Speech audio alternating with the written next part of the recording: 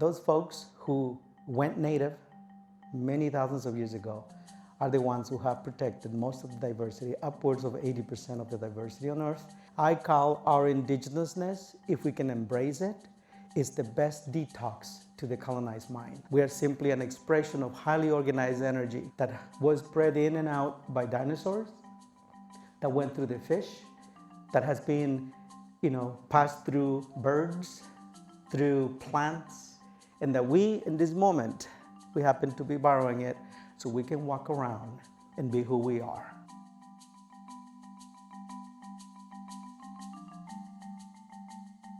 We have compromised the very foundation of the people's social and economic independence. The conventional agriculture system has done that as a principle of establishing domination. We legalized the perpetuation of land abuse, exploitation of labor, and market manipulation. We concentrated system ownership and control in the hands of a few. We systematized repressions of indigenous knowledge and real science. And the result is a climate disruption of global proportions. It's a social collapse that is happening all around the world, migration at scale that hasn't been seen before because of that, and a lot of war and conflict that is totally unnecessary, but it is the result of how we approach what we do. It demands that we go radical, that we go back to a nature-based foundation. That means building systems with integrity and commitment. That's what it means to be an insurgent. It has to be revolutionary, which means igniting engagement at scale. That's what it really means. It has to be evolutionary, which means you can't get stuck. You can't get it done and be done with it. It's a continuous process of evolution. It's adaptable, it's agile, and it's based on a resilient strategy so we can arrive at a really uncompromising destination that is actually regenerative. These are fundamental principles of regenerative agriculture and decolonization of what we have today. So this is my attempt at structuring what I do with poultry and the amazing ecosystem that has been engaging in the poultry system as a concept of how we decolonize at least that specific sector. So keep in mind, we pick chickens for many, many reasons, but one of the main reasons is because if we win on the chickens, we win large scale and almost ripples into almost every sector of the industry, the agriculture industry. That's why we pick chickens. So rediscovering the Aboriginal system. That means looking at the world from the eyes of the chicken.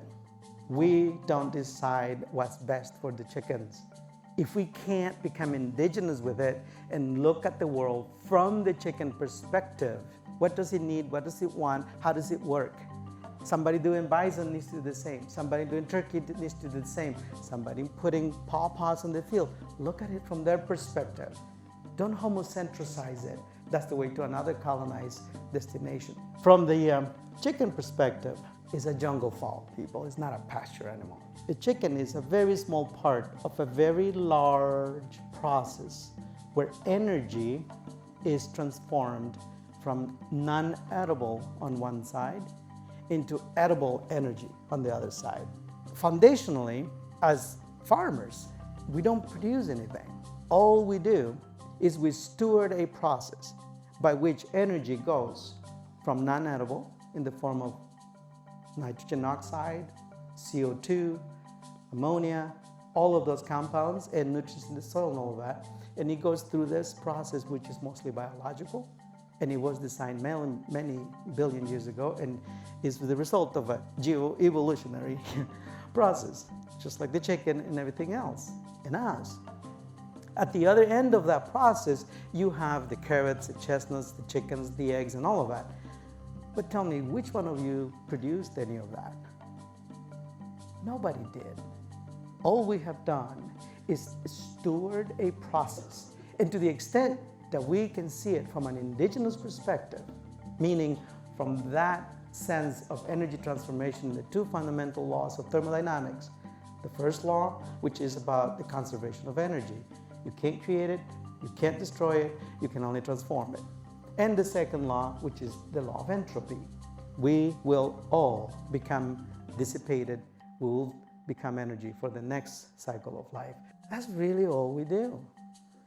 But many people are so stuck in producing things that they miss the whole foundation of the magnificent design that gives us the optimum energy transformation potential in our land. And that's what we need to seek. And by the way, if you seek that, it's more economical, it takes less work. All of those things that we talk about, efficiencies and so on, they're already there. We just have to learn that they are there and become one with them. That's why I don't talk about chickens, I talk about energy management, stewardship.